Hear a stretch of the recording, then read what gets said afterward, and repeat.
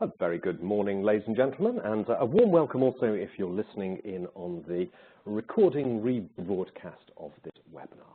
This is the UK Contact Centre Forum's Innovation and Best Practice webinar series, and today's edition is email customer service, and it is kindly and generously supported today by KANA software.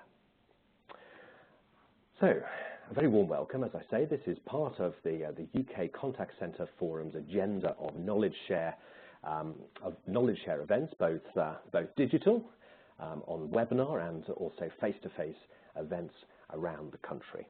Today's topic is email customer service, and we've got a really varied agenda of interviewees and presentations for you today. My name is John Snow. I'm the current chair of the Directors Club of Great Britain and Northern Ireland, and it's my pleasure to host this webinar on behalf of the UK Contact Centre Forum. Just to give you a little bit of background, the UK Contact Centre Forum was actually formed about 4.5 years ago now, and currently has just shy of 8,000 UK members, consisting of all of the professions that cover the contact centre, so contact centre management at all levels, and also resource planning and training, quality monitoring, etc. Now, our guest speakers for today on our subject of email customer service are Derek Smith, who's Head of Contact Centre at Wellbeing, Barry Ibbotson, who is Head of Corporate Contact Centre Customer Services at Leeds City Council, and Mark Davis, who's Head of Contact Centre Services at the Environment Agency.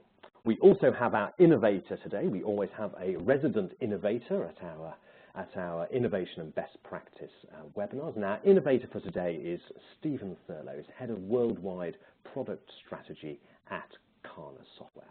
So our running order, if you are new to the Innovation and Best Practice format, then we have a selection of fireside chat style interviews and also a presentation from our resident innovator of the day. So we're going to be leading off with Derek Smith and then handing over the innovation spotlight to Stephen Thurlow, back over to Barry Ibbotson, and finally we've got Mark Davis as our final interview. Now, that should all come in at around the 1 hour mark. So if you're only staying with us for the first hour, Mark Davis is our final interview of the day. Then we have the panel session for 30 minutes to make up the rest of our agenda. So hopefully you can stay with us for that panel Q&A where you, the audience, can ask questions of our panel of experts.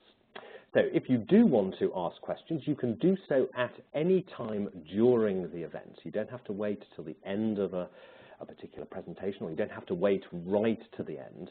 You can actually ask questions at any time during the proceedings. You do that very simply by hitting the question mark, which is the Q&A icon on the floating toolbar, which probably is on the right-hand side of your screen. You can move that about if you so wish.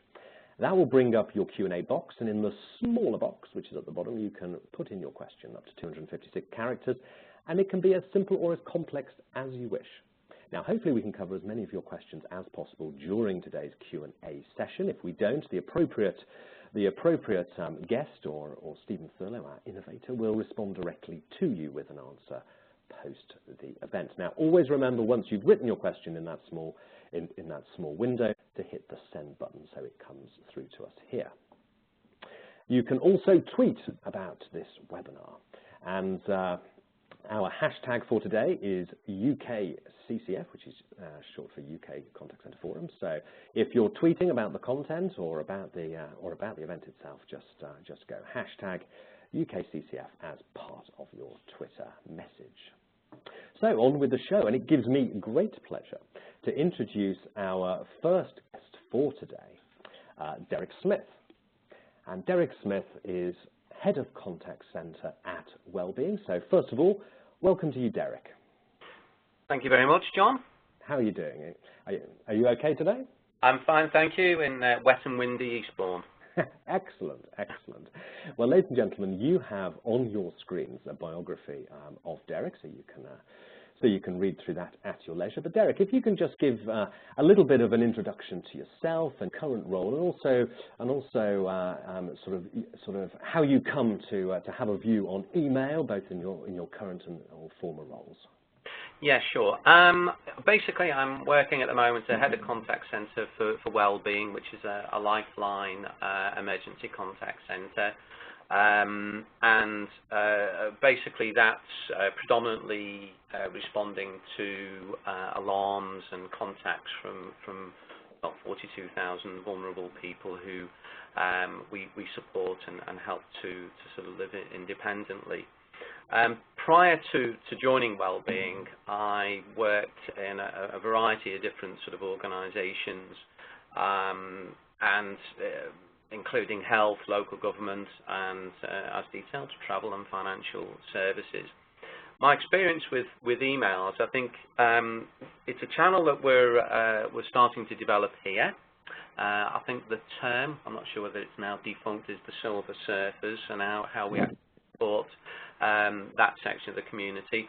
But prior to that, working at Kent County Council, where emails was used quite extensively. We handled about 100,000 emails a year in a wide range of services and a variety of sort of questions flowing from that. Good stuff. Excellent. Well, thanks very much for that, Derek. And I think the first question I'm going to ask you, just to kick off our sort of exploration of the topic of email, is email still a relevant channel today in terms of being an observer of the contact center industry for the sort of the past decade? We've seen the rise of lots of alternative channels. The days when it was just a call center, just taking voice calls, has gone, and now there's web chat and social media and customer communities and all sorts of ways that customers or clients can interact with us as organizations. So what's your view on the relevance of email, or the place of email today in our portfolio of channels? Right. I think from my experience, emails is a valid medium of communication because people want to use it. So that the dilemma there is, if people want to communicate via emails, do you want to, engage in that communication channel, or do you want to discourage people from using it? I think if you acknowledge that email is something that people use because of their circumstances, because of their personal preference, whatever the motivation may be, then it then becomes important to engage with people using emails. And I think you touched on it before, but I think the challenge for contact centers is that there's not one channel takes over or replaces the other. It just becomes an additional channel. So this is where I think you said call centers, the clue in the title, used to just deal with calls, but now the contact center has to engage in whatever medium of communication the customer wants to. And do you see that email is different from other channels? Does it have any particular advantages over other channels? What's the sort of how does it sort of compare and contrast with other channels in terms of why people use it or want to use it? Yeah, I mean emails can be very useful in terms of they're not time critical, and it can be dependent on how you handle emails. The cost can be quite low because you can utilize downtime within the organization when calls aren't as it's not as busy with calls. So I don't know, 3 o'clock in the afternoon may be an example of that. So email can actually help in terms of being relatively cost effective to support.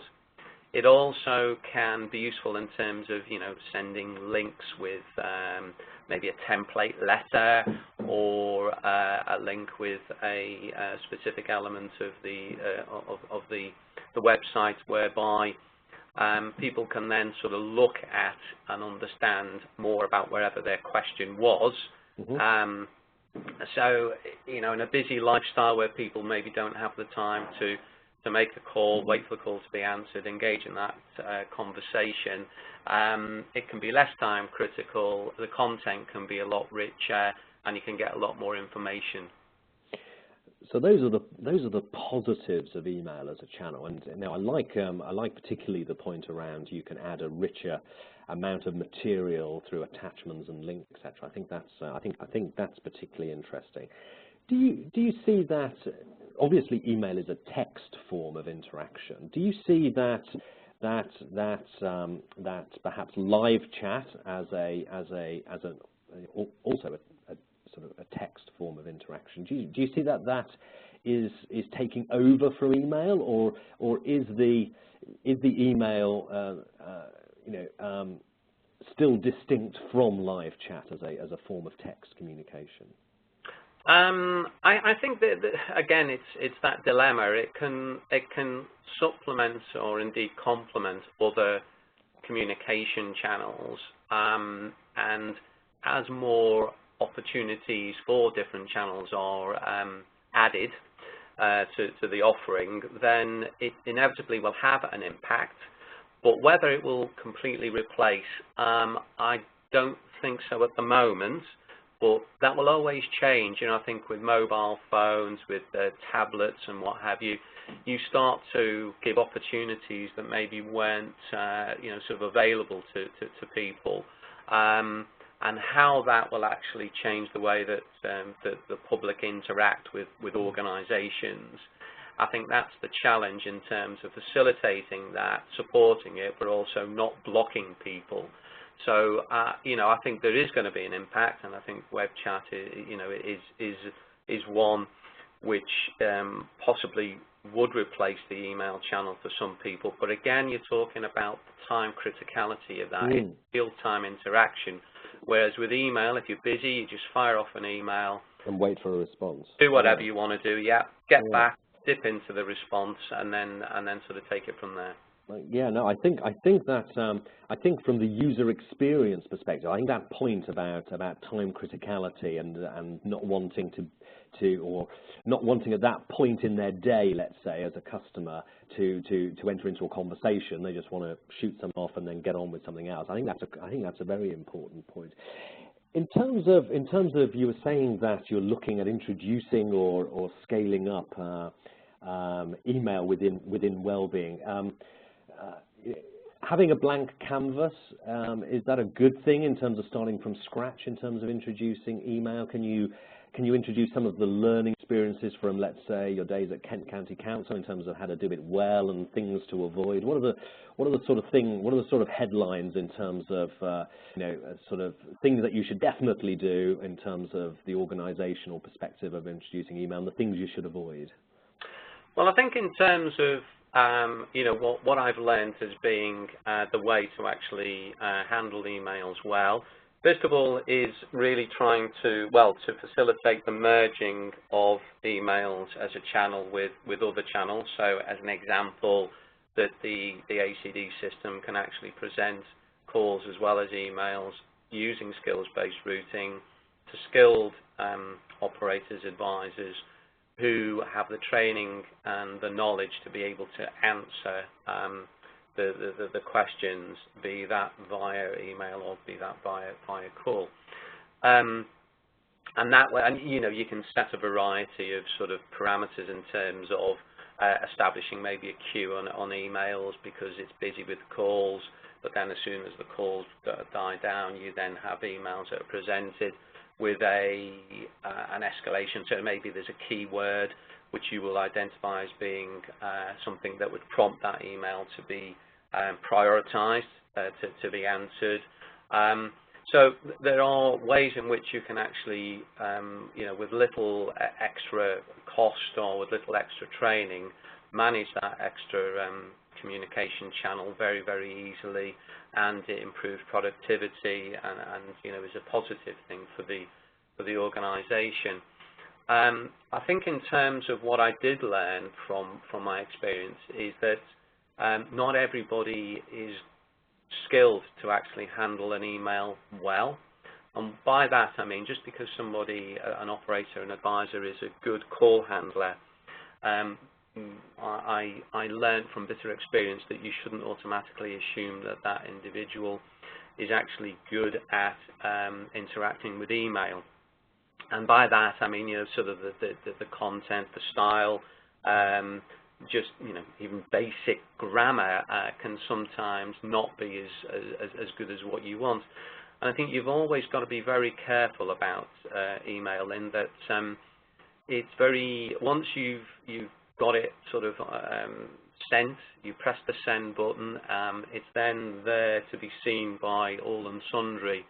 Whereas a call, it's obviously an interactive engagement between two people, and once that call is finished, then that record, so to speak, and I know we do call recording, what have you, but there's less of a record of that engagement. Whereas with emails, if you maybe sent a response which is maybe wrong, or the meaning of the email has been misinterpreted, it very easily can go wrong, and it's there for everybody to see. And I think you also need to understand, sort of what is the service level for emails. When do you as an organisation want to decide what's a good email response time? And you may fool yourself that maybe, I don't know, 2 days is enough, but then if you start getting phone calls as a result of the non-response to the email, then you start to get involved in a bit of a vicious circle in terms of avoidable contact, because you're not actually meeting and matching the customer's needs. And then you've got, there are also other things in relation to templates and automatic responses, which can be very, very quick. But that's another thing. You've got to be careful. Just because you've acknowledged that you've received an email, that is not a response. And my experience is that sometimes organisations think that's enough, but obviously it's not. It's actually answering whatever that question is. Derek, some great points well made. We're going to be picking up with other speakers the points around response times and also some of the quality control issues. But that's given us a great insight into some of your thoughts. And ladies and gentlemen, if you've got any questions arising from Derek's from Derek's interview today, if you just hit that question mark, that Q&A icon, and drop a question. If you put Derek at the start of your question, then we'll know to direct it straight to Derek. But if you stay on the line, Derek, we're going to be bringing you into the Q&A panel session at the end of this presentation. But for now, thank you very much for your time. And ladies and gentlemen, we're going to be handing over to our innovation spotlight for today. So I'm going to bring in our second speaker on our agenda, Stephen Thurlow. Stephen. Hi, John. Welcome. Thank you. And as I said earlier, ladies and gentlemen, Stephen Thurlow is the head of worldwide product strategy at KANA Software, a leading provider of contact center software, and in particular that has strengths in the area of email. So, Stephen, I'm going to just change over the slide deck to your slide deck, and then also hand you control of WebEx. So if you click once on the main panel, and over to you, Stephen. That's great, John. Thanks very much. And yes, as John's confirmed my role, but what that really means is I get out to spend a lot of my time with our customers and prospects, and also with analysts and partners, looking at what people are trying to do with customer engagement and customer experience. And my job really is to make sure that we represent ourselves well in that world, but also that we drive our product forward based on the real needs we see in the industry going forward across a wide range of sectors and technology channels over time. So I'm going to whiz through a few slides just on the background of some of where we see email, look at some of the some recent research we've done with the Call Center Association on some of the practices that we're seeing in email, and then run through some quick points around best practice and where people need to take email in order to be able to respond to it effectively. And I think that will reinforce quite a lot of the points that Derek's helpfully made already. So diving through, email is one of these things, much like the contact center has been prophesied to be dead. Email seems to be the latest victim of prophecy, and most famous of which is clearly Mark Zuckerberg, although he's slightly biased and he's introducing a competitive messaging system at the same time. And there's this view that there's different perspectives on email as to whether it really is going to survive the revolution that the likes of social and chat and mobile have come together to challenge it with. And one of the questions asked is email going to go away? I think within that is a more subtle question, is saying, is email an effective form of communication compared to the other things that are available? And there's a lot of text on this slide, so I won't go through all the detail on it, but just, all the research that goes on behind that is saying actually email is a long way from dead. Indeed, it's potentially still increasing. And alongside it being a heavy channel of use, it also gets a fairly high degree of satisfaction. And some of the reasons for that is this whole the more robust auditing and practice that you can have with emails. That actually emails are viewed as a more authentic form of communication that you can lean back on, whereas sometimes something said verbally or in a store or on the phone isn't always as reliable. So people do start to see email as a very reliable form of communication. And the other thing is the whole area of convenience. As you say, you can fire and forget, and you can get a response asynchronously, and that's quite an important dynamic. And research we've done with ThinkJar is showing that organizations, that email is almost as prevalent as phone in terms of customer service, that it's not going away, but it's not necessarily an area where people are investing more just now. And I think one of the challenges is people have put email systems in, but have then left them as email systems. And I'll come to talk about that as we go through, because what we see is a lot of the work is now going into the social and the self-service world, which is where it should do, but email does form part of that journey as well, and it's important to put them together. So I'm going to run through a couple of slides on system research we've done recently with the Call Center Association in the UK. I'm really starting to look at how people are handling email, as well as whether email is a channel that they use. And one of these key areas is this whole area of response time, and what is normal, what is good, and the bottom line is how do you match an expectation of a customer? And I think one of the things that's changed with social media and other things coming in is that while email is still a very prevalent form of communication and customers desire to use it, their expectations and demands of response time have increased significantly. So I think, as Derek said, what used to happen in a couple of days now really needs to happen in a couple of hours or less. And I think the more immediate, the better the service that you can give for the email. So it's no longer that you can just leave it queuing in the background, hoping you'll get to it eventually. You do actually have to treat it as a mainstream channel that you optimize your effectiveness around. And this is an example of organizations, that almost 2/3 of them are taking 8 hours or more to respond to an email, which breaks the immediacy and changes the whole nature of the engagement with a customer. Whereas we are seeing organizations able to deliver the less than 4-hour response consistently and regularly. And then one of the other questions we asked was whether people actually use a system to manage email, and we were surprised at how low this percentage of yes was. That a number of organizations, 2/3, are still using almost ad hoc forms of email management just to see what comes in. Either they're using kind of almost Outlook-style inboxes that somebody then redistributes to others to send work around places, and the whole kind of traceability and management of email falls down at that point. So we were surprised this was so low. But equally surprising was this one, because one of the challenges of email as customer service is it's not always an effective way, and it certainly isn't an effective way to solve a complex problem, because you can end up with a lot of back and forward going on. And if you compare that with chat or phone or others where you can get a more immediate feedback, then you can respond faster. But we were surprised here to see that half the organizations here are resolving emails in kind of 70% or more of the cases, and that's quite a good success rate to get that back in response. I think one of the other points here is that response doesn't always have to be email. You can respond in other ways, and I'll pick that up in the points to consider as we go forward, that sometimes it's other channels that you would use to respond to these things. So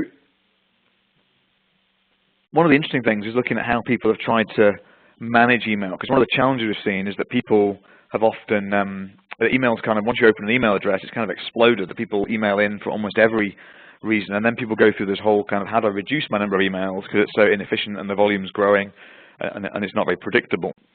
So people do work on the website in terms of frequently asked questions, or looking at how that they can deflect or de-escalate the incoming email contact. And again, we're surprised that only 5% of people said it was very effective.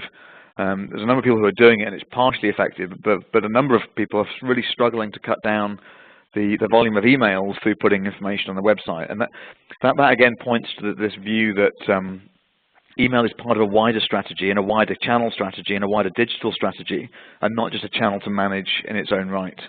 And this is the whole point about deflection or de-escalation. And deflection is really when you're saying, please don't call me, and you're trying to provide answers instead, or please don't email me, and you're trying to provide answers instead. And de-escalation is saying, well, you might be about to email me, but can I help you get your answer sooner? And that's a way of actually helping the customer online find the answer they need without necessarily going into the actual sending of an email itself. So the deflection, de-escalation, that your strategy there is quite important about how you manage email in the more holistic sense when you look at it across the channels. And picking up some key points that we find in our engagement with customers and in working in email response management for 20-odd years now as a company, there's a number of things that we find are core best practices that need to come through here. And the first of these is a view that email does need to be managed. Is if you treat email on a more kind of ad hoc personal inbox Outlook style model, then it's very hard to deliver a consistent or scalable customer service effect to your customers. But there's a whole bunch of areas where email management systems provide value in there. And one of those is the whole audit and tracking, is the ability to know what emails you've received, who looked at them when they were responded to, and then you start to look within that at how you actually can optimize those bits and pieces. And then you get the view of how do you look at trends and challenges and categories in here. So as you analyze them and look at the topics and the trends and the resolutions, how do you spot things both in the short term? So if you've just released a new product and you're suddenly getting a host of emails because the manual's missing a page or there's a part missing or something, how do you spot that quickly to see the trends that are emerging so that you can put answers back out either on the website, directly, proactively to customers, or equipping your agents to be effectively able to handle those emails really quickly. And also in the long run, it's saying, well, what are the reasons people are emailing me, so I can then say, when is this a valuable form of contact and when is it not a valuable form of contact? So someone's emailing in and maybe they've got that you want them to attach images, maybe of an insurance accident or something else, then that's probably a good form of email. Whereas if they're emailing in asking when's the store open, then that's probably a bad form of email. So looking at how you can identify the types and styles of contact and working out which of those are appropriate for this channel and which of those you can encourage better ways of solving on other channels. And then there's this whole area of what I call service levels and tracking. It is, you're only going to get to a better response time if you manage it and you measure it and you report on it. And one of the key things there is that you can then start to both actively and even dynamically set customers' expectations that if they email into a queue and you know how long it takes to answer emails on that queue on average, then you can actually send the auto response. So yes, it's an auto response, but you can actually set the expectations in that, saying we will our service level for you is 8 hours, but we expect to get back to you in 2. Or our current service level is looking at 2 hours. You can set those expectations with customers. So yes, you use the auto response, then the customer knows they've been received and the expectations are set, and then the wider management of that goes on.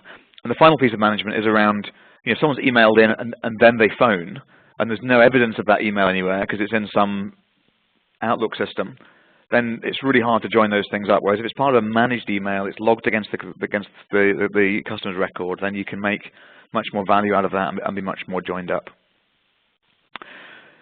And then, so the first point was email needs to be managed. Second point is email is part of a digital strategy. It's really important to think of digital customer engagement as a holistic area, which does include a number of assisted service channels as well as self-service. So digital is not all about self-service, although clearly self-service both on the web, the tablet, and the mobile is really important.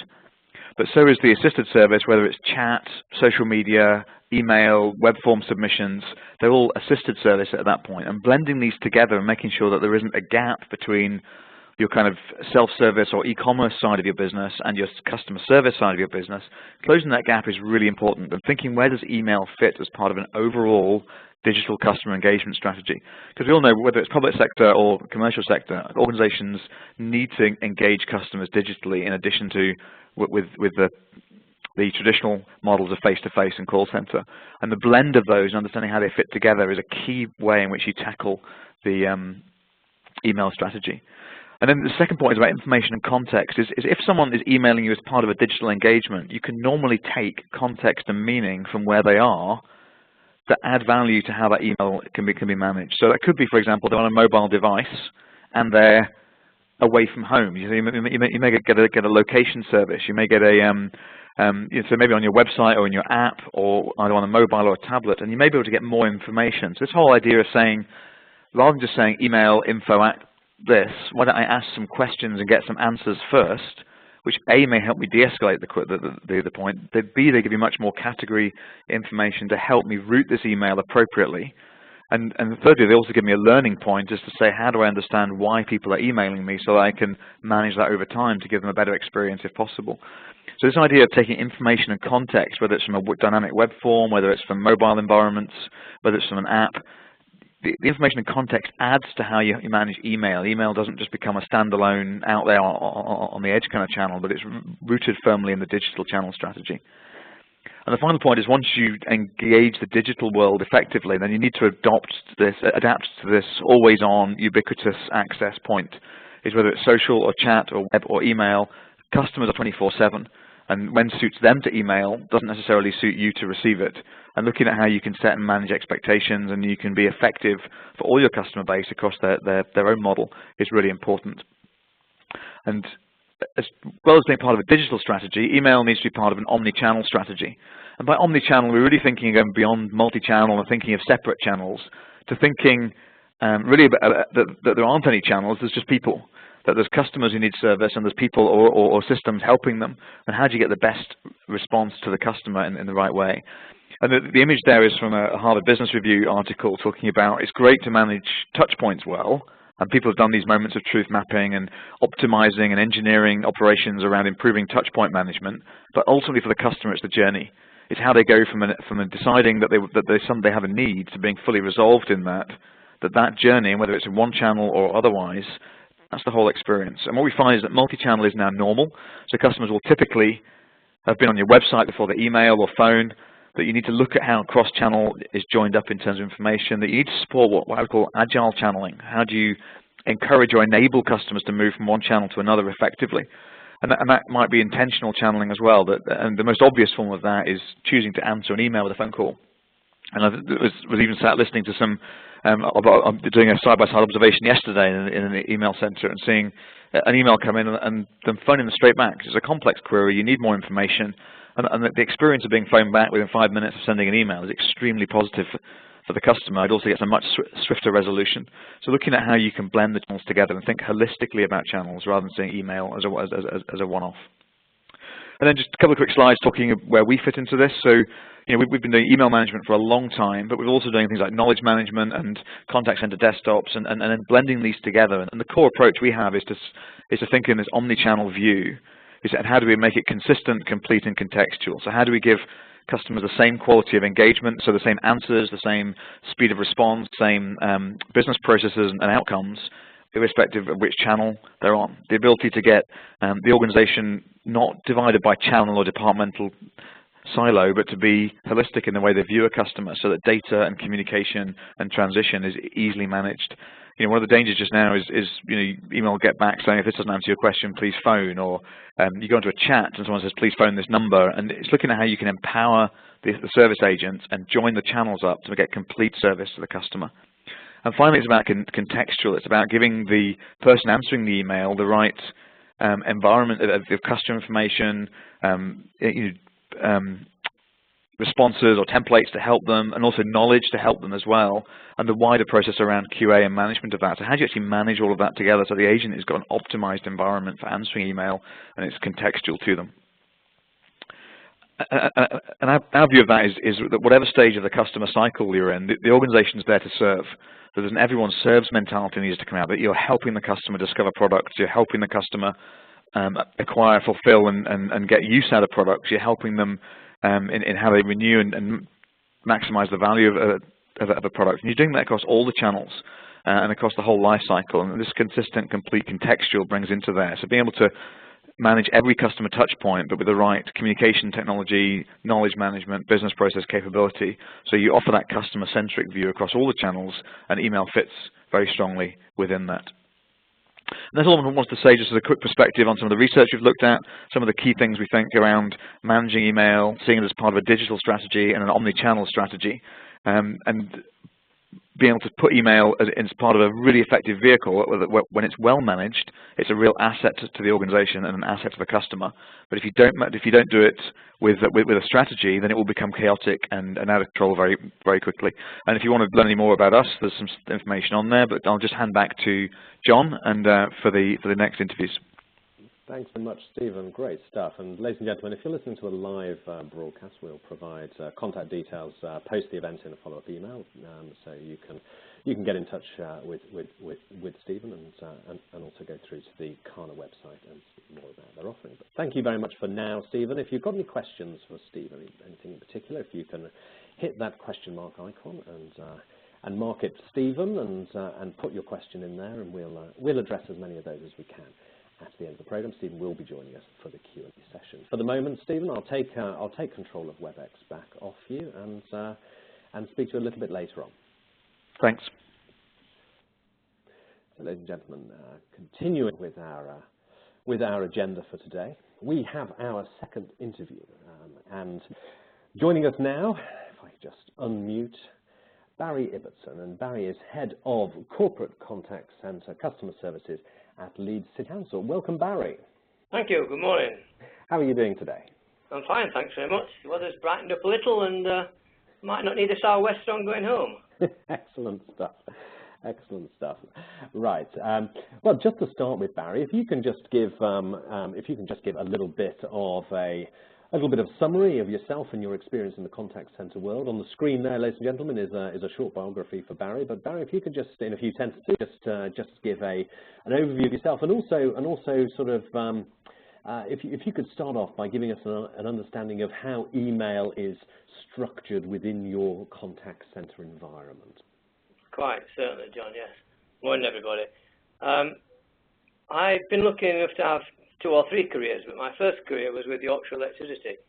I've been managing customer service teams and contact centres since about 1986. So I was there largely at the beginning when these things were quite small. Many changes, of course. Emails. Well, I found them very difficult to manage. I've been listening to the first 2 presenters there, and there is a difference of opinion on many things.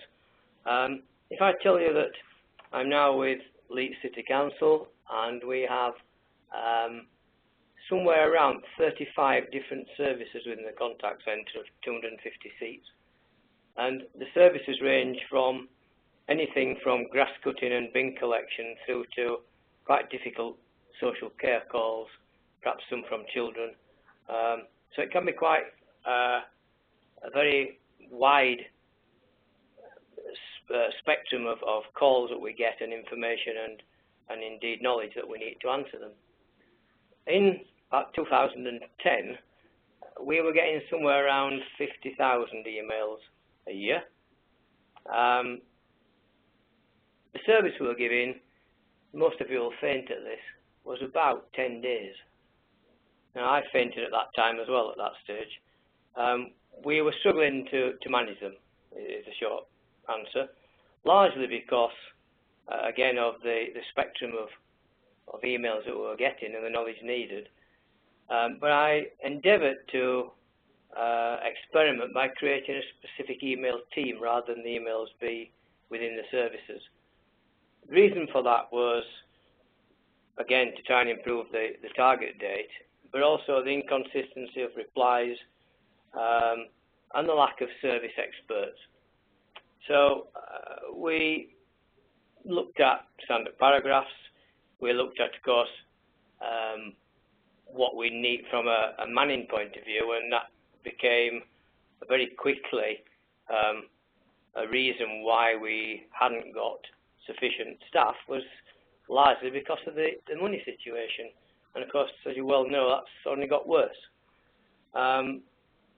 We continued to run the email team for a while, but realised that it just wasn't working, largely because the emails got more frequent as customers got the hang of what they needed to do or not do, and consequently I was sticking more money, more staff into the email team to try and keep up. There was no shrinkage cover, and very, very difficult, and we found it not an easy situation at all. So it didn't work, so I put the teams or the work back into the specific teams of handling the 35 services that we do have. And in doing that, tried to find some way of getting around this 10 days. And it did work to some extent. But the volumes were getting worse and worse, and so we had to try and think more about channel shift, and that there then brings in another story altogether about how we've managed that. So Barry, in terms of the increasing volumes of emails, was that in line with increasing volumes of other channels as well in terms of volumes, or was it specifically that your customers, for those large variety of services that you were covering, were just choosing or had a preference to use email? Did you get to the bottom of what was causing that volume growth? I think it was, well, let me go back to the first question, John. No, it didn't have an increase in the calls. We levelled the calls at about 1.5 million a year, but the emails went up, as I said, double, even with the calls still being the same number, and that was largely the problem. And was it a particular type of email? Because I think what other presenters have said today is obviously people email for a wide variety of queries. From very simple, what time does your offices open, through to complex emails that require, a specialist to respond to them. So yeah. Was it that you were getting a growth of volume of let's say commodity style queries, or was it a growth per se in the sort of the heavy duty? It was a bit of both, things like you haven't collected my bin today, why? Against the situation where you might have a social care professional coming on using email because they couldn't get through on the phone. So it was, I think looking back, it was because we, particularly in 2010-11, were struggling with the phone service as well in certain areas. As you appreciate, a social care call might take 30 minutes. So one has to manage the situation dependent on the subject. So it was a situation really where the emails were just getting out of control. The way to tackle that, if in fact it was because they weren't getting the calls, was to get the calls sorted out. Mm-hmm. So I did a lot of work trying to get the response times much better, and we did that, so much so that we were answering 94-95% of calls in something less than a minute wait. That might not be perfect for everybody, but it seemed to work for our customers because they felt that they were getting the right answer first time. And have you, as a consequence, seen a falling off of the email volumes, or do you think people's current sort of growth of digital lifestyles means that they've always got a little computer on somewhere in terms of a tablet or a smartphone, so the ease of shooting off an email while on the bus or on the train to work means that it's more it's becoming increasingly convenient to interact with organisations wherever you are. Yeah, we haven't seen a falling off, but we haven't seen an increase. So and we've held it. Okay, no, that's cool. And going back to that, moving from having one big email team to having those discrete email teams within each of those sort of service sort of divisions within the contact center, has that you know, would you say that would you recommend to an equally complex organization that is the way to go down? Yes, because you've got your experts within the team. I accept what I think it was Derek said, that not everybody's good at doing emails, but clearly if you've got the expertise within the team to do the email and those people have got the service knowledge as well, then you've got the good mix. And from a, you know, you touched on the situation with regard to sort of costs and budgets, and yeah, as we all know, government bodies, whether they're central or local or regional, are under a lot of pressure still, and it's still a downward pressure. Is email seen as an efficient channel from a cost perspective, or is it the way that you manage it impacts on its efficiency and its cost per interaction? I find it expensive, in that I think the ping pong issue that's just been highlighted by Stephen is very real. I don't think it's always easy to give the right answer first time, and so you get into a conversation. And if that conversation is going on over days, as I'm afraid ours does, we had to do something about it. And that had to do something about it started, well, a good 18 months ago, when we started really looking at our web. So channel shifts started coming into the discussion. The web has and is being completely overhauled. I bought web chat recently, and the web chat is now feeding back directly into the web developer. Cool. So when we're on the web chat, we're asking customers what they're trying to find, why couldn't they find it, and when we realise why they couldn't find it, we're correcting it. Do you find that once people experience a new channel, so let's say web chat as the example that you've brought forward, once they experience and have had a good customer experience of using web chat, that might well deflect them making a call or sending an email in the future. So therefore, this multi-channel approach can actually help to sort of to spread the interactions more evenly across a large number of channels. And is that actually something that we want as modern-day contact center managers? And well, first of all, yes, it does. I mean, we had comments in the first week of what a wonderful service. Why haven't we done this before? So that was very, very positive. It's continued in that vein. But my overriding thought process is now that if it's a simple question that customer can self-serve himself with, and if we can supply information on IVR, we can supply information on the web, we can do it on web chat. If he can do it himself without any agent intervention, that's what we're wanting, and therefore that leaves the agents for the more complex calls. No, I think you're absolutely right, and I think your comments there of real life experience echoes the research that Stephen highlighted that the CCA undertook in conjunction with KANA.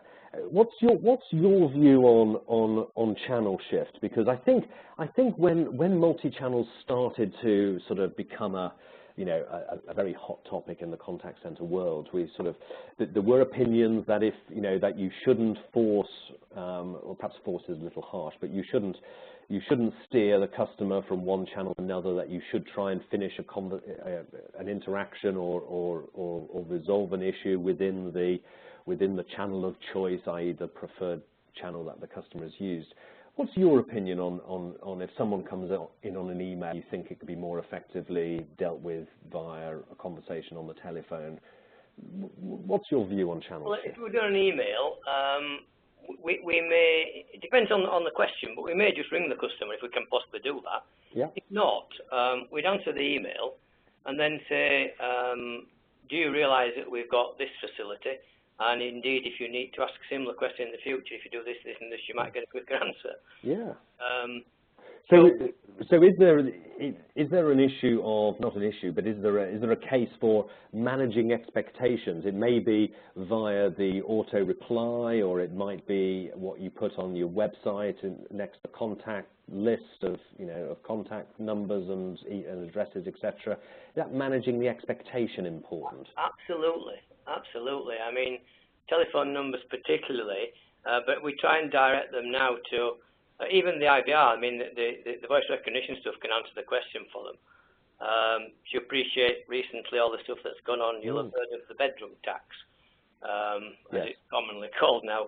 We have information about that on the IVR. So if they ring up with a specific question that's a generic question but specific to them, they'll get the answer.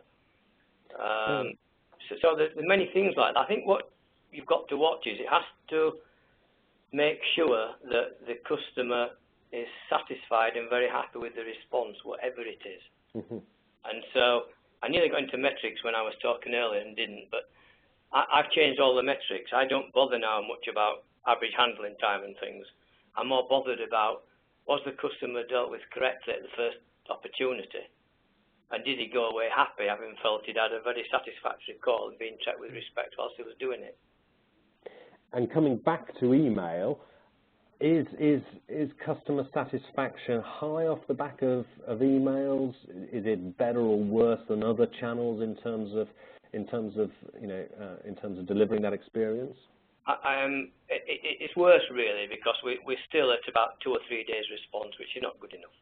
What would your ideal target be, or what do you think is a suitable response? Because we've heard from other speakers that email shouldn't be viewed like web chat, where it's a spontaneous, ongoing conversation in real time. It's people shoot off an email because they're running out the door and they don't mind getting the response, later that day or the day after.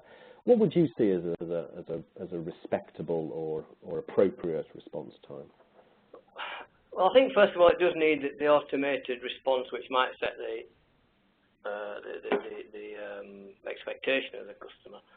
But again, it can depend on the topic that's within the email. I mean, if they haven't had their bin emptied, they need to know on the same day what to do.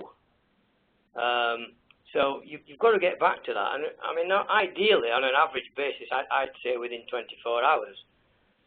But that can cover all sorts of things. I mean, if it's a social care and it's an adult perhaps who's got some issues, they might want to be answered within 10 minutes. No, well, that's very interesting. And do you currently rely on the agents doing that prioritization manually, or are you mentioned speech analytics? Is that would you look or see the potential for text analytics to pick up on some of those points of urgency or priority? I think that's probably another move. I haven't looked at text analytics at all, but it's something that we tend to get somebody to flick through what we're getting in, if you see what I mean, to get some idea of what the thing is. But that's more manual than automated. I think there is a way, an opportunity to look at text analytics, and that may well be something that we start picking up on, but I haven't got there yet. Yeah, because what you said earlier about web chat, where you ask questions during the web chats, and that feeds back to the web developer, etc. I expect that a lot of the data contained within the interactions, whatever channel, can highlight that the reason that you've got 20% extra, whether it's emails or calls or web chats, is because let's take the example of the bins. But it was the root cause of that is because of a leaflet that was dropped that had the wrong day on it or something. Correct. Absolutely. And it's it's interesting, and it's it's good to see you sort of, even with the sort of the current budget constraints, seeing the importance of the technology to both improve the service and also the operational sort of functionality. That's very interesting, Barry. I could speak to you all day. You're a mine of information, and we'll definitely bring you back, obviously, for the Q&A at the end of the session. But I'm under pressure of time, so I'm going to say thank you very much, Barry, for the moment. That was absolutely fantastic, and I'm now going to bring in our final speaker for today, and Our final guest is Mark Davis, who's Head of Contact Centre Services at Environment Agency. Mark, welcome. Hello, thank you. How are you doing today? Very well, thank you. Yeah, very well. Excellent, excellent. Well, I hope you agree with me that, and also with some of the chat that's coming through on my control panel, that it's a really, really insightful and interesting session today. And you've got the advantage of being last, of having heard what other people have said, so we can actually pull out a point that other people have highlighted and see what your experiences are with regard to your work within the Environment Agency. So I think this will be a great final session. But if we could just start off, Mark, with just giving a little bit of an overview of yourself. Ladies and gentlemen, you can see Mark's biography on the screen in front of you. But if you can just give us a bit of background on yourself and also the place that email has at the moment within the Environment Agency's customer interaction offering. Sure. I mean, for me, customer services all my working life. It's a little bit a blast from the past because some of that was with Yorkshire Electricity, where I met Barry many years ago. Obviously, I was a young boy at the time. I can't speak for Barry. Got the opportunity to set up the Environment Agency's contact centre nearly 10 years ago now. So that was bringing in the emails, developing the phones and centralising the service that was spread across the whole country, well, across England and Wales at that time. Since then, we've added web chat, doing much more about social media at the moment. So all those different channels, and so emails is a core part of the service. Numbers-wise, it's way behind the phone calls that we take. So it's a second, but not a close second in the channel that our customers choose. But we've seen it increasing over the last few years, although possibly plateauing out, I think, at the moment. And in terms of that portfolio of channels, and as you say, you've been adopting lots of the new channels, obviously in line with people's changing lifestyles and changing use of technology. As the Facebook generation comes through and Facebook adoption gets taken right through the generations up to those silver surfers that we referred to earlier, Are the channels of choice, those preferred channels, are they changing? You say that telephone is still way out there at number one, but are you perceiving any change, any change in channel preferences? It's happening, and we're preparing for it, John. But I mean, social media, for example, very low take up as a channel for customer inquiries at the minute. So we have a presence on Twitter and Facebook, and we're doing work to look across all social media channels, but looking where we can join conversations and going where our customers are. But as a channel for customer at the moment, that's very low. Web chat. Our customers really like it. Some of the experiences that Barry's had around that, some fabulous responses actually from our customers. So we're not in all places on our website at the moment, but where we are, that's been very well received. But phones is the biggest one. I think email, we do get some similar queries as we do on the phones if we compare it to the phones, but we do get some of the more detailed, very specific information that customers do choose that channel. And actually, to a degree, we actually promote that because there are certain things, information that we hold under some legislation where customers have to write in, so we'll encourage that via email. So partly we're pushing some customers that way, but actually some customers are choosing it because actually their information they're after is quite detailed and specific. So therefore,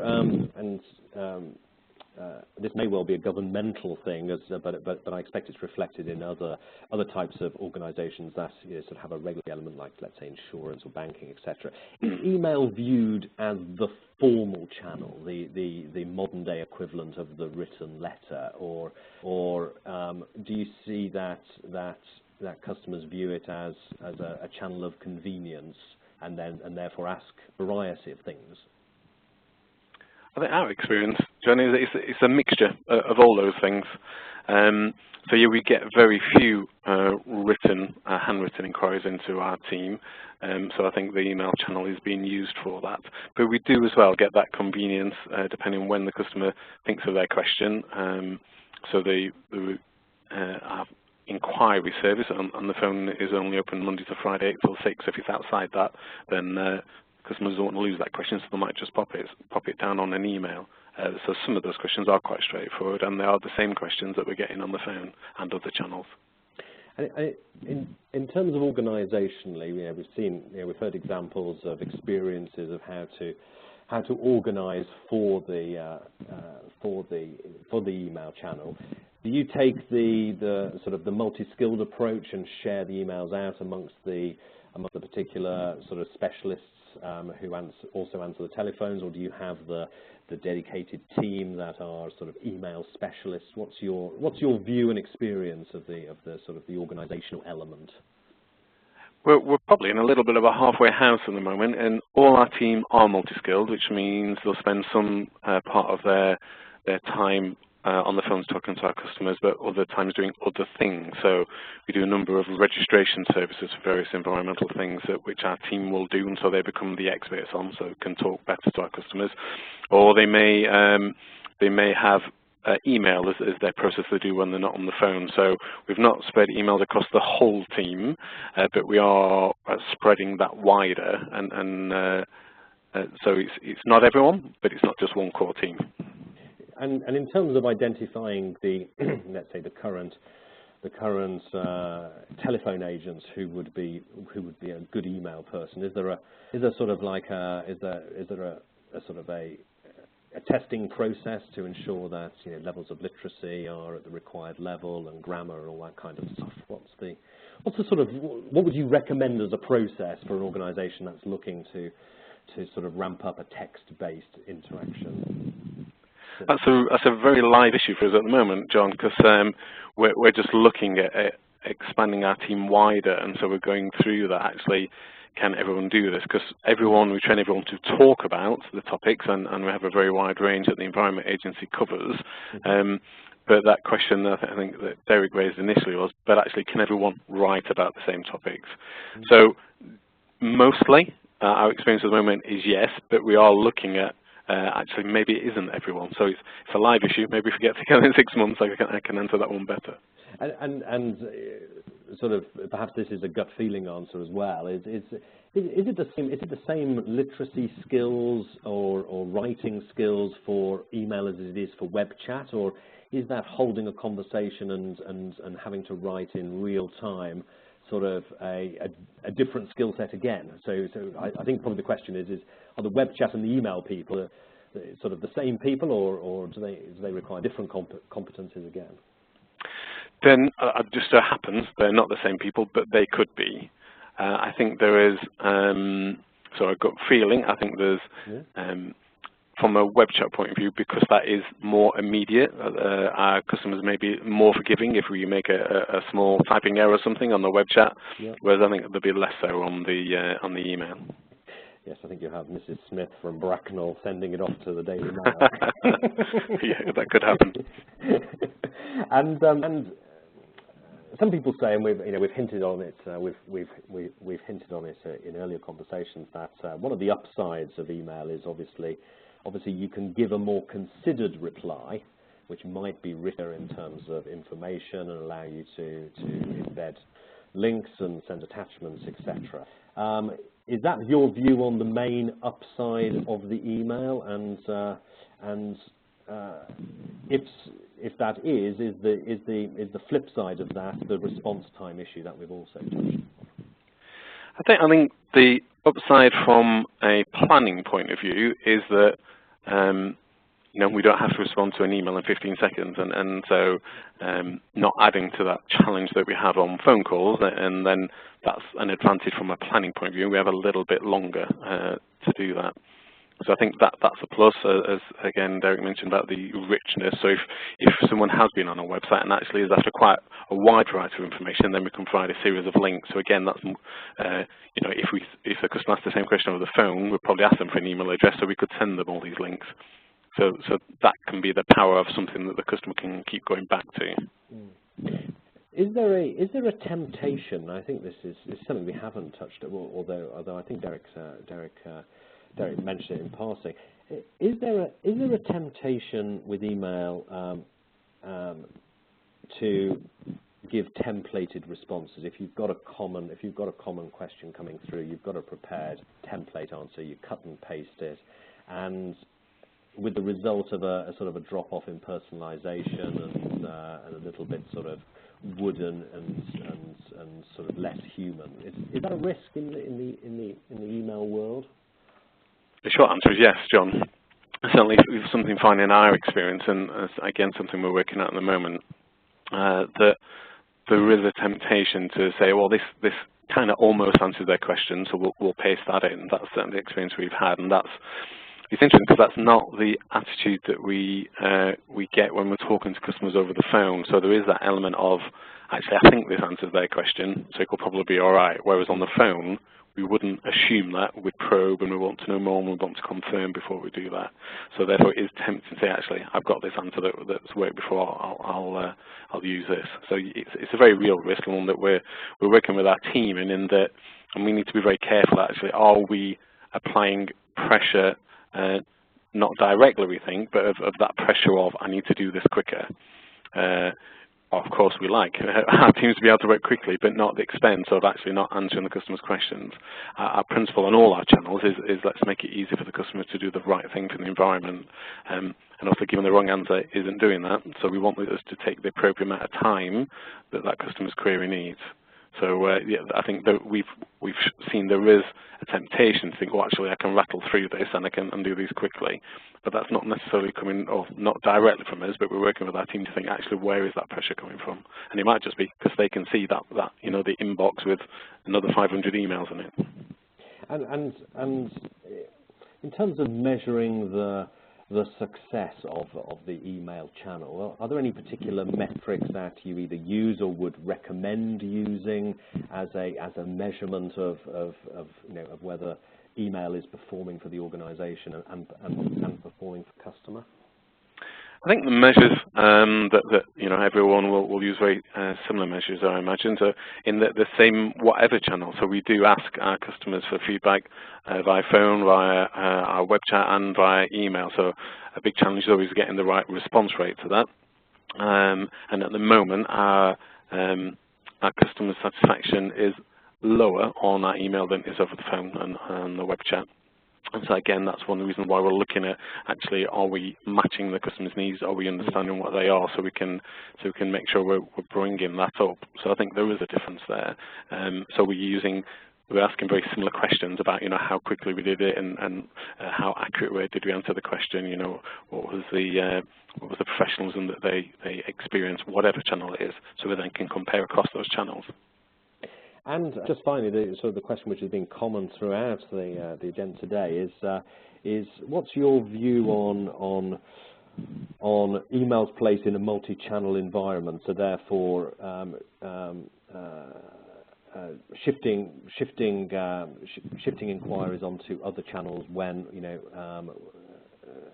perhaps the telephone would be a better medium to conclude in as quick a time as possible a particular query, etc. What's your view on channel shift? My view on that is clearly is that we're here to help the customer do the right thing for the environment. So actually, what's the easiest way to do that? And there is a human reaction of, yeah, but they've emailed us, so that's what they want. For some customers, that's true. So sometimes we may ring them and they say, actually, why are you ringing me? I want you to respond by email. But it's not as big as perhaps people think it is in their mind. So yes, that does happen. That's real. It's not a myth. But actually, it's a very small percentage. And I think the example was quoted earlier about, ringing someone about their email quite quickly can have a really positive response. And my team would be delighted that when they talk about ping-ponging, this is an official industry term. I noticed that's been used a couple of times. And that's the real drawback of emails, in that you have to make assumptions or read between the lines because we think this is what they're getting at. Whereas if it was on the phone, we'd be probing really to get to the root cause to make sure we're giving them the right answer. So if we need to do that, then we'll do that if we've got the phone number, or we'll ask them to call us, which I know it was something that Stephen said that doesn't always feel great. But if that's the best way to get the answer, then that's what we'll try and do. Good stuff. Mark, great insight again, and thank you. And stay on the line because we're going to move into our Q&A session for the final 20 minutes of our of our program today. So I'm going to unmute our other contributors today. So speakers, be aware that you are now unmuted. And ladies and gentlemen, if you haven't yet sent a question through to our Q&A function, you can click on the question mark icon on your floating toolbar and put in your question. You still have time to do that. If you're leaving us now at the end of this sort of the formal part of our program, then you can catch up from the recording link, which I'll be sending through tomorrow with our thank you email. Click on that question mark icon and ask as many questions as you like. So I'd like to welcome back our guests today, Derek Smith, Barry Ibbotson, Mark Davis, and Stephen Thurlow. That's just got ahead of myself there, but actually it's quite useful for me to have that as an aid memoir. So I'm actually going to start off with you, Stephen, because an interesting question has come through, and one thing that I am aware of in this multi-channel, moving into omni-channel world is we shouldn't be treating particular channels in isolation, although for the purposes of getting under the skin of the sort of the operational challenges of particular channels, it's good to do it in this context. But bringing it back to that strategy context, back to the term omni-channel, one of our audience, Chris McGrath, has asked an interesting question, which is, what do the panelists see as the sort of the biggest challenge to move from a multi-channel to a true omni-channel operation? So, Stephen, can I point that question at you? Yep, sure. Thanks for that. And it's a good question. And when we see a lot of organisations asking and saying, how do we do this? So, in terms of the biggest, I mean, if I pick up 2 or 3 of the big ones that I see different organisations pick as their biggest. So I think there's one around the whole top-down leadership that becomes customer-centric. So the omni-channel perspective to me is all around being customer-centric. It's starting to say, how does the customer get what they want, however they want to do it, rather than how does the organization get driven from operational or other metrics. So, one of the dangers we see is both channel and departmental silos within an organization. And an organization really needs to be able to think outside in and design the scenarios, the contact channels, the means of service around the customer themselves. And at that point, you find channels being less dedicated to any particular function or part of the engagement of the journey, and actually you empower the customer's journey effectively there. So the biggest challenge I'd say is certainly that whole customer centricity and starting to think customer rather than thinking operational need. And I think, so just to say that, because lots of people say, oh yes, but I've got these targets. Well, my experience is that by thinking customer, you do meet the other objectives. But if you drive to meet the other objectives of performance, optimization, and handling time and these kind of things, you will fail to meet the customer's need quite often, and you're on a kind of almost diminishing returns. Whereas if you genuinely orientate your journey and communication model and the way you respond to them around the customer, you will achieve the efficiencies you need, because better journeys are often faster journeys, single contact journeys, self-service journeys, and so on and so forth. So definitely something around being customer-centric. I think the second key point to me is around agent empowerment. It's actually that if you give these guys, these are a social team, or these are a chat team, or these are an email team, you lose the ability to jump channel. You sometimes don't give them all the skills they need to do something. You start treating agents by the channel rather than by their function or the customers they can serve. And actually empowering the agents to serve the customer effectively, irrespective of channel, is another key thing here, that you actually don't mean they have to hand over to somebody else because they're not empowered to do something, but you give them all the answers and the business processes and the capabilities to do that, and to also to move the channels around. And the third thing is probably just technology legacy, and also that there's a divide often between what I would call the sexy web, self-service, e-commerce part of an organization and the hard graft customer service end at the other side. And joining those two together so you think holistically about customer is a really important gap to close. So those are 3 challenges. Whether that's Chris's challenge, I don't know, but those are all challenges I've seen organizations wrestle with. Barry, just picking up one of those points about sort of having this sort of holistic view of the customer and how they interact. I've often observed in the professional press around the service area that customers are starting to use multiple channels and sometimes at the same time to make contact with organisations. Is it important that you can be aware that that a customer had either very recently sent you an email and then an hour later given you a phone call, so to be able to join up those interactions, is that becoming increasingly important, do you think? It's not in my experience, to be honest, John. The council is a huge, huge business, and really, to me, there you're almost talking a newfangled CRM, not the old stuff, but something that's got a holistic view of the customer and what he does. We're trying to update our CRM to a system that's more needed to our matched to our needs across customer service. So we do have some sort of holistic view of what goes on as far as the contact of the customer is concerned. But it's something which it's not in my experience at the minute. I would think that it is something that's desirable. Derek, to pick up a similar point, is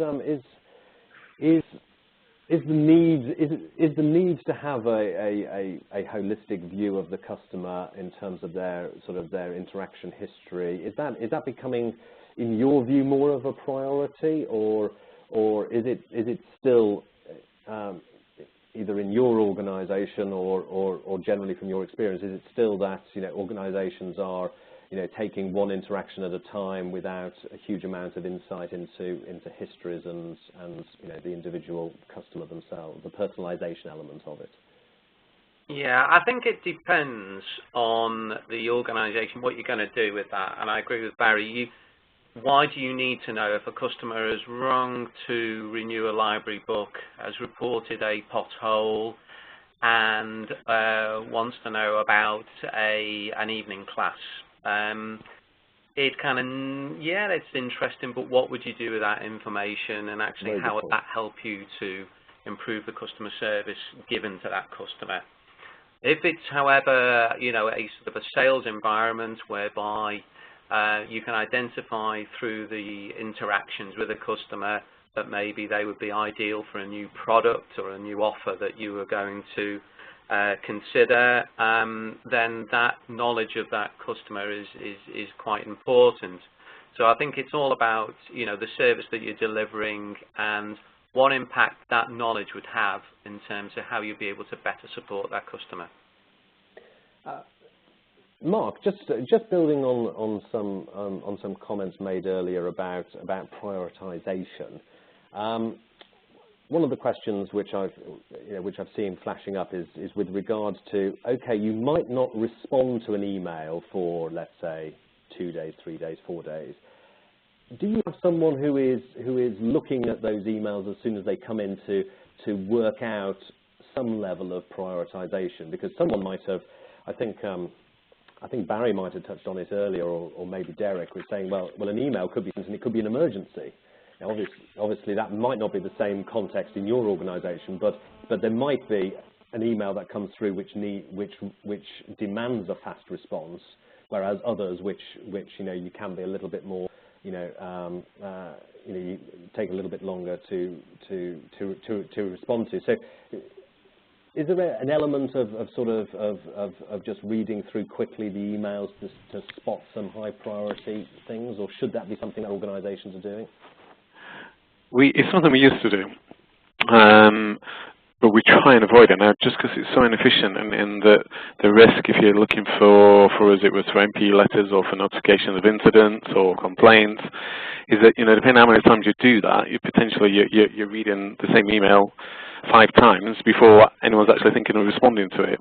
And so a few years ago, we kind of turned our process that had developed over many years, and some of it before, we brought it into our centre and just stripped it right back to actually, we want to be out responding to it as soon as we can, so let's cut out all these handoffs. So I'm sure that's where Stephen said, hey, you could get a really cool system to do this for you, but we try and limit it, and the reason why I've not just said, no, we don't, is if we are in a period of significant flooding or some emergency type situation like that, then we will change our working practices slightly to try and pull some of those out.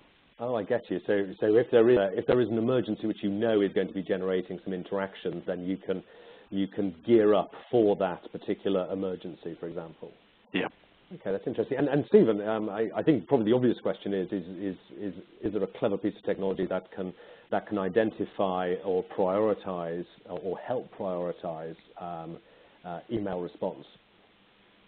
So obviously my answer is yes. Clearly we're a provider of that, and clearly we aren't the only one, but very much being able to blend it in with that knowledge and the broader channel perspective is really where we specialize, as well as the email itself. So I think some of what you learn there is you can't go from not analyzing them to magically getting the right answer all the time overnight. There's a process of creating by putting the management system in place and starting to analyze and feedback, and then you create a vehicle by which you can both learn and apply those learnings to action. And I think that's the really important thing there, that you do that. And I think the other thing, as you say, is when you get big things happening, such as a flood or whatever, or, then learning how you change not just maybe how an email is prioritized, but actually how the content the agents are serving with. I mean, we've seen that with working with over in Queensland when they had their floods in Brisbane. Being able to put knowledge and content back out every 5 minutes as to where the things are and how to handle missing person inquiries in a different way to what you used to do. And that's what I mean by empowering the agents. It's not just the channel, because they'll come at you with every channel at that point, email being one. And I think you need to empower the agents to serve them. So yes, you can. There is software to do it, but the key thing is to get a practice that lets you both manage it and learn from that, so you can keep acting and gradually refine what you do at the same time. A question I asked Barry, and he didn't have he didn't have experience of it within his organisation. But from organisations that you're dealing with, are you finding that customers are starting to use multiple channels for the same question, or if they're not getting a response within a short period of time, they're jumping to social media to try and get a quicker response there? Are they sort of playing the channels? We certainly see some of that, and I think social media is the one that's been played most actively recently. And I think one of the dangers of social media is a swift social service doesn't overcome the fact that your core processes might be broken. So if you're an airline and the flight has been cancelled for your own reasons, then you've still got a flight to manage over time. So yes, they might get a faster response. The key thing is to keep learning and feeding back into core processes as well. We certainly see people playing the channels. We certainly see people choosing which channel based on their own context. I think that's a good thing. I think customers, if they email, they're often emailing for a reason, because if there was someone standing next to them they could talk to, they would get that, they would ask them. If there was somebody they could phone and get through to and feel informed, then they would do that. But the context of, I just need to fire this off and I'll get an answer tomorrow, or it's often the customer's context that chooses the channel, and we certainly see them adapting to that by almost working through a system of what channels suit them most at that time, rather than necessarily saying, I'll get a better answer if I do that. I think there's a small percentage of customers think that way, but it is a relatively small percentage. It's more around what suits them based on the devices and presence and capability they have in their hand, and how soon they want an answer. Because one of the things is that we presume someone wants an answer to an email in a fixed time, but actually based on their context, the same email from different customers may have wildly different service demands. So one of them might be, for example, about to book a flight and they need to confirm something and it's got to be done right now. Another one might be asking a general inquiry about something that's happening in 3 months' time, and it could be a similar inquiry, but the context determines some of the urgency. So that's back to the omni-channel story. If you know that you get an email from a customer that you have an open case for, or a recent booking for, or a recent whatever, then you can start to apply more context to the routing and prioritization of those things. And ultimately, the model is to put common knowledge and common business processes behind it, so you get more and more consistent service, and gradually move those out to be easier and easier to access in terms of self-service and omni-channel. And if Stephen, and I'm going to ask the same question, but I'm going to put you on the spot, Stephen. But if Mark, Barry, and Derek could just have a little think while you're answering, Stephen. In terms of one or two things that are perhaps the low-hanging fruit of improving email as a service channel, Stephen, what would you see as a couple of low-hanging fruit things that organisations can do pretty quickly to improve the customer experience from the email channel? Low-hanging fruit always depends on where you're starting from as to how low the fruit is. So, okay, let's assume. But let's pick up some of those. So I think one of the ones that people miss is the whole structured inquiry model. So whether you call them web forms or de-escalation, or it's being intelligent about what else can you get to capture at the point the message is originated, so that you can route and manage and give context to the agent better over time. So treating it not as just an email box someone sends something to, but actually as a structured inquiry that probably begins with a web or mobile browsing, rather than simply a desire to write an email back. I think the second thing is to think of it as part of which are the customer journeys that would benefit most from an email. And the next one I was going to say is related. Which are the ones that are the most nuisance and annoying ones? And to me, there's almost a graph you can draw of kind of along one axis you draw the value to of the contact to the organization, and on the other axis you draw the value of the contact to the customer. And the things that are in the bottom left quadrant are the things to focus on getting rid of. So if you're getting an email about something that's trivial, it's costing you a lot of money, so you've got a negative value, and the customer should probably be able to find that information easily. Therefore, it's not much valuable to them. It's just table stakes. Therefore, email becomes a difficult thing. Whereas if it's more, I think, as Barry was saying, if it's a social care inquiry, then actually the email might be a very authentic, a good channel, because there's a lot of record or history you can put information in, you can put attachments in. So looking at the styles of contact you're getting and which ones both profit from being part of an email and making sure they're well managed, but also which ones are good to eliminate as email because they're one of the most expensive ways to deal with it. Okay, very good, excellent. I come to Derek first in terms of one or two things from your experience to make email a better channel. I think from one thing that sort of hit me, and I thought it was whilst I was listening to the various discussions, is how I've used emails to feed into the frequently asked questions within the website. Because basically, you can quite quickly pick up on there's something's happening. It may be something's gone wrong. It may be this particular incident which is prompted, emails or contacts, and it's really using the email to, in terms of responding to the inquiry, but then posting that interaction on the website, obviously sort of depersonalizing it, which then helps you to interact with more than that original customer. Cool, excellent, excellent. Barry, what's your nugget of wisdom with regards to improving email from a customer point of view? Well, I'm back really to a comment I made earlier and what I think Steve just said, and the summary would be, if the customer could have dealt with it by themselves, they need a different channel. And if it's a more complex one, then we should deal with it. If that makes sense. No, that makes absolutely perfect sense. Thank you very much, Barry. And finally, Mark, what insight from your many years of experience would you like to pass on to our audience? I think the first one probably be what I've just mentioned, and just to have a look at how you are handling emails, and just ask yourself the question, how many times has this actually been read before someone's making an attempt to respond to it? And we were surprised at the end. So, and if you are too, then I think that's a great area to focus at. And the other one is that Barry mentioned when talking about web chat, and we found that a great channel for feedback about actually what's not quite working on our website. But actually you can get a similar insight from your phone calls, a similar insight from your emails about why did the customer feel the need to get in touch with you? Is it because something you've said, you've done, your website, some letters that just don't quite make sense? And if so, if you fix them, then the customer doesn't need to get in touch. Perfect. Thank you very much, Mark. Well, ladies and gentlemen, that brings us very neatly to 3 seconds before our 1.5 hour slot is up. So a very, very warm thank you to our guests today, to Derek Smith, to Barry Ibbotson and Mark Davis, and to our innovator and technology guru for today, Stephen Thurlow from KANA. So thank you very much for your fantastic insights from looking at the chat that's been going on my control panel. It's much appreciated by our audience today. Thank you very much to KANA for sponsoring and supporting this particular webinar, but also our continuing series of knowledge share activities. So thank you very much to them. And you can visit the KANA website at www.kana.com. If you want to look at future events, you can keep visiting. We will be posting more events as we book them in on contactcenterforum.co.uk/events. So finally, A big thank you to you, ladies and gentlemen, for spending your time to attend this Innovation and Best Practice webcast.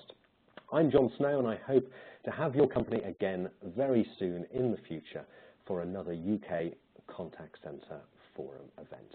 Have a very good afternoon if you're listening live, and thank you for downloading and playing this webinar if you are listening to the recording. Thank you.